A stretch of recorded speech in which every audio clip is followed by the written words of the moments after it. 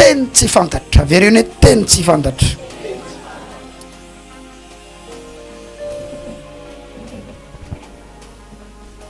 teny tsy fantatra fa nivavaka ny foan'ny fanahy nanompo an'Andriamanitra ny fiangonana toy izao dia nandre ianao fa misy ny atao hoe teny tsy fantatra rehefa namaky ny baiboly ianao dia mahita ao anatin'ny baiboly izao famantarana izao no manaraka izay mino iteny amin'ny fiteny izay tsy mbola hainy izy satria misy fiteny efa hainao dia io teny itenenanao io dia ozy Jesosy hoe iteny amin'ny fiteny izay tsy mbola hainy izy famantarana ho an'ny olona mino zany mino an'Andriamanitra ny fiteny tsy fantatra rehefa latsaka ny fanamasina tamin'ny apôstôly sy ny fiangonana fahiny tamin'ny andron'ny Pentekosta ao amin'ny asan'ny apôstôly toko 2 dia feno ny fanamasina izy ireo ny teny tamin'ny fiteny samihafa zay tsy mbola nitenenany ilay fiteny fantatra fa fiteny tsy mbola nitenenany ary anisan'ny fanomezana omen'ny fanahy ao anatin'ny fanahin'ny olona ihany koa dia ny fiteny tsy fantatra hoe inona izany teny izany hoy ny apôstôly Paoly zaho zay afaka miteny amin'ny teny tsy fantatra arivo zany hoe misy karazany io teny tsy fantatra io zany hoe teny avy any an-danitra io hoentinao manao opération miopéré eto amboniny tany zao daholo ny avantage ny olona miteny amin'ny teny tsy fantatra Romanina 8:26-7 Romanina 8:26-7 ary toy izany koa ny fanahy no mamonjy ny fahalementsika inona mamonjy ny fahalementsika hoe fa tsy fantatsika izay vavaka tokony ataotsika fa ny fanahy no mifona amin'ny fitarenana tsy azo tononona misy taona zany ny vavaka tokony ataonao tsy fantatrao na ny fahalemenao tsy fantatrao fa rehefa feno ny fanahy masina ianao dia miteny amin'ny fitenin'ny fanahy fiteny tsy fantatra dia iny fanahy no mivavaka amin'ny fitarenana tsy azo tononona mivavaka misolon'ny toeranao izy avy eny ambavanao mifona ho anao izy avy eny ambavanao mamonjy ny fahalemenao izy avy eny ambavanao misolo toerananao io fanahy io ianao zany mivavaka riba sikala raha marizinda izy no mivavaka misolo toerananao avy eo ambavanao alleluia ny lela anao ny vava anao fa izy mivavaka mampiasa ny lelanao sy ny vavanao misolo toerananao mivavaka amin'Andriamanitra ilay fanahy ao anatinao zay ny avantageny zareo tsara ny toyany ary zay mandinika ny fono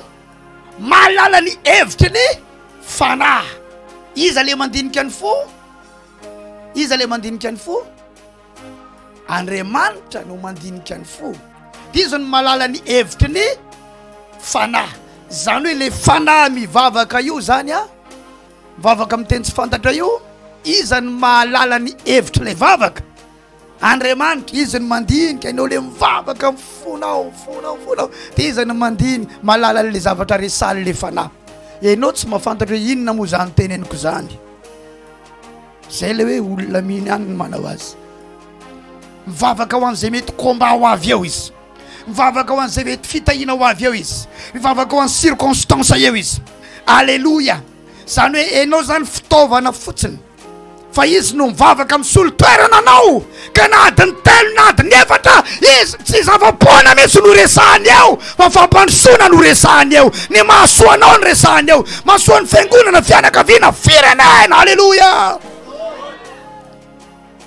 alleluia zay ny avantage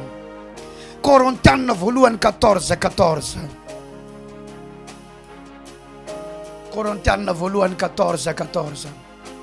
awa fa raha mivavaka amin'ny fiteny tsy fantatrao dia ny fanahiko ihany no mivavaka fa ny saiko kosa tsy mahavanona misy fotoana manko ianao rehefa mivavaka dia ny sainao ny mandinika anao adiny ray anao adiny ray eto androany amin'ny enina dia eto amin'izay anao dia mandinika ny zavatra ho teneninao fa amin'ny ankapobeny moa isika rehetra rehefa mivavaka dia ny voalohany dia zao misaotra betsaka Andriamanitra fa tonga eto indray dia mbola manao démarrage dia mbola maro ny zavatra tadiavin'ny sainao misaotra betsaka Jesosy omeo faharetam-bavaka meo faharetam-bavaka ny mpanomponao inty ny ankizy vavinao Andriamanitra ozy nareo zay inty halleluia miala amin'ny anaran'i Jesosy ny asana vola manelingelina rehetrarehetra mankasitraka Jesosy mijery lera izy manao an'iny fa rehefa manana ny teny tsy fantatra ianao izy no mivavaka na ianao ange tsy mahita tonom-bavaka indraindray samba te hivavaka adiny roa zany fa inona loatra no resanao anatin'izany na tsy mora nge zany miteny tsy angijanona adiny roa zany sa tsy zany fa raha ny sainao foana no hitady zavatra ho tenenina eo satria ny vavaka manko reo olona mitahiry anao ao amin'Andriamanitra maninona ny vavaka hoe raha voapinao nefa tsy mivavaka mihitsy any an-trano tsy voatahiry ao amin'i Jesosy zany ianao tsy maintsy miverindalana ianao na hoelana ho aingana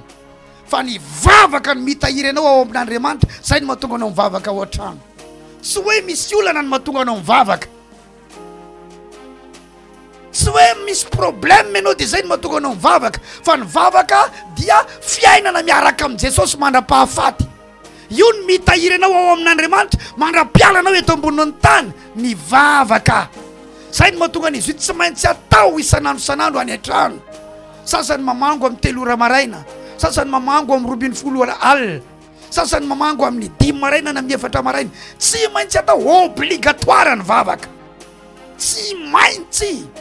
raha manana trano ianao atoriana dia any an-trano any tsy maintsy misy ora ifoazanao ivavahanao fa rehefa ny fanahy manomboka miteny zay akipitsikipitsy ny zavatra any an-tsainao any anaty fonao any amin'ny fanahinao zay mombanombanao rehetrarehetra ozy izy hoe ny fanahy no fona amin'ny fitarainana tsy azo tononona sady mitaraina ho anao izy fa ity olona ty ngeka zao ny tena olan'izy ty ampio izy Andriamanitra fa zao ny tena olan'izy ty mitaraina izy amen ve zay ny avantage le miteny tsy fantatra misy zavatra tsy fantatrao eo amin'ny fiainanao fa izy no mivavaka amen ve zany izy no mivavaka hoe raha mivavaka miteny tsy fantatra ozy ny fanahiko ihany no averena izy teo 14 ny fanahiko ihany no fa ny saiko kosa tsy mahavanona tsy izy idiran'ny sainao tsy izy idiran'ny intelligencenao fa le fanahy no mivavaka ary samy feno ny fanahy masina izy rehetra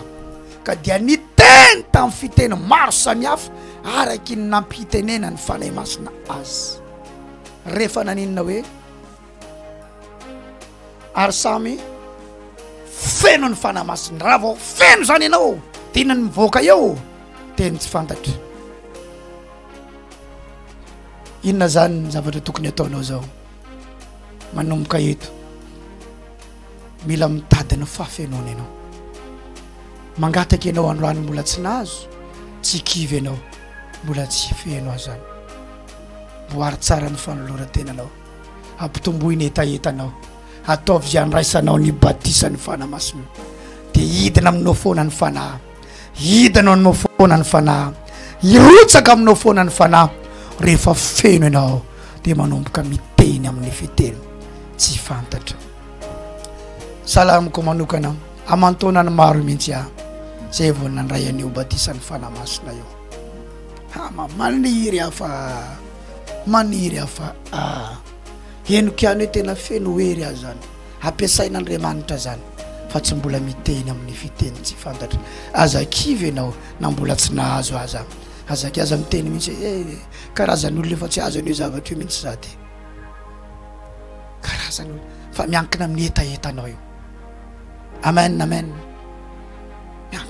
miankina am'izay hitondran'Andriamanitra anao ihany keo mety ho zany ianona tsy mahery mivavaka anao zany efa ohatrany efa miteny amin'ny teny tsy fantatra izy zany nitondran'Andriamanitra azy John 7:37 io izy ary tamin'ny andro farany izay andro lehibe tamin'ny andro firavoravona dia nitsangana Jesosy ka niantsona anao hoe raha misy olona mangetaeta aoka izy anatonaka izy sotro izay mino ady izy onony rano velona iboiboika avy ao an-kibony avy aiza hoe zafady araka ny voalazany soratra masina ary ny fanahy izay ho raisiny mino azy no nolazainy tamin'izany fa ny fanahy tsy mbola nomena satria Jesosy tsy mbola niditra tamin'ny voninany io fanahy io zany tamin'ny Jesosy mbola teto an-tany tsisy olona nomena an'io mihitsy tsy misy fa izy rery no nanana azy zay no natonga ny hoe izy rery ny tena navita asa lehibe tamin'izany fotoana zany tsy namaika an'Andriamanitra no nanome an'io ny mpianatra Jesosy fa nanova ny toe-pony ny forme azy na mpianatra toe-panahy na mpianatra toe-tsaina zany no namaika an'Andriamanitra tena volavolain'Andriamanitra teo ireo fa i Jesosy io rery no fenony fanamasina Jesosy irery no nanana ny fanamasina alleluia dia nijery ny fipoahana ataony Jesosy izy ireo mijery an'ireo fahagagana ataony Jesosy izy ireo maniry saingy tsy mbola afaka mandray fa mbola i Jesosy rery no nanana tak zany ko ianao raha mbola tsy fenony fanamasina ianao dia mijery olona ampiasain'Andriamanitra ianao maniry an'ireo olona ampiasain'Andriamanitra maniry an'ireo olona anaovan'Andriamanitra zavatra goavana raha mbola tsy feno dia mijery mitsiriritra aiza ny tianao mijery an'ireo olona ampiasain'Andriamanitra sa jerevany olona fa ampiasain'Andriamanitra alleluia ao ambadiky ny androany ianao hitombo ny hery ao anatinao ambara-patokanao feno ny fanamasina ary androany isy olona ho feno ny fanamasina dia manomboka hijery anao ny olona manomboka hijery ny voninahitra Andriamanitra ao aminao ny olona manomboka any aminao ny maso ary ny maso mitodika aminao atodika anao any amin'i Jesosy alleluia mandray anavy era lasana bavamalala ka aseho mihitsy hoe poritra ianao zay mahatonga anao manao marche de prière tsy baiko samy manao marche de prière mialahy mitoeranao dia mandehandeana ny ansasany aza na tsy te handeha mandeha aidino ny fanahinao tompo ary tsay satria mila mandehandeha tsy zay fa le fahaterenao no mahatonga anao mandehandeha hoe Jesosy ary tsay aideno ohatry ny olona miandry olona ela izy zany ela mbola tsy izy ihany iny ela ohatry zany ny ataonao androany fanamaso tao midina ato anatiko fanamaso tao mehoery fanamaso tao mirotsa midina ataovy maraina ataovy amin'ny atoandro ataovy amin'ny alina ataovy amin'ny fotoana rehetra zay matery anao ho avy ny fotoana sasany efa mahazo androany sasany mahazo androany hariva sasany mahazo androany sasak'alina sasany mahazo rapitso maraina sasany mahazo amin'ny herinandro fa amin'ity volany ty aza melana raha tsy mandray ny hery ny fanamasina ianao hitenenanao amin'ny fiteny tsy fantatra amen hitako amin'ny asan'ny apôstôly 7:55 amaranako azy misokatra lanitra rehefa midina aminao ny batisan'ny fanamasina fa Stefana feno ny fanamasina dia mibanjina ny lanitra ka nahita ny voninahitr'Andriamanitra sy Jesosy nitsangana teo ankavanan'Andriamanitra rehefa feno ny fanamasina dia nisokatra ny lanitra nahita ny voninahitr'Andriamanitra izy rehefa feno ny fanamasina ianao dia misokatra eo amboninao ny lanitra ao anao moa zany lanitra misokatra zany hitanao mihitsy hoe misy fidiran'Andriamanitra antsehatra amin'ny zavatra ataonao mahita an' Jesosy miasa ianao eo amin'ny fiainanao. Alleluia.